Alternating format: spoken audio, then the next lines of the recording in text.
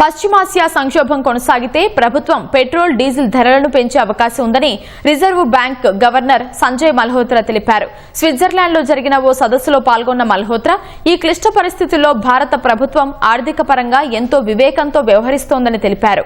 అలాగే ఆర్థిక ఏకీకరణ మార్గంలో పయనిస్తోందని వివరించారు.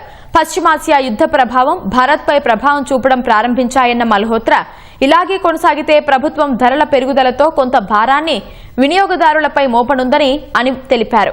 ఇంధనంతో పాటు ఎరువుల దిగుమతులపై భారత్ అధికంగా ఆధారపడి ఉందని వాటి ధరలు కూడా పెరగనున్నాయని పేర్కొన్నారు. ఫిబ్రవరి 28న ఇరాన్ యుద్ధం ప్రారంభమైన తర్వాత ప్రభుత్వం ఇప్పటి వరకు పెట్రోల్ డీజిల్ రిటైల్ ధరలను పెంచలేదు.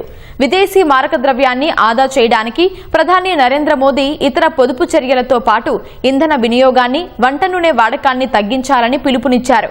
మరోవైపు రూపాయి విలువ తీవ్రంగా పడిపోయి ప్రస్తుతం అమెరికా డాలర్తో పోలిస్తే 95 మార్కు కంటే దిగువన ట్రేడ్ అవుతోంది.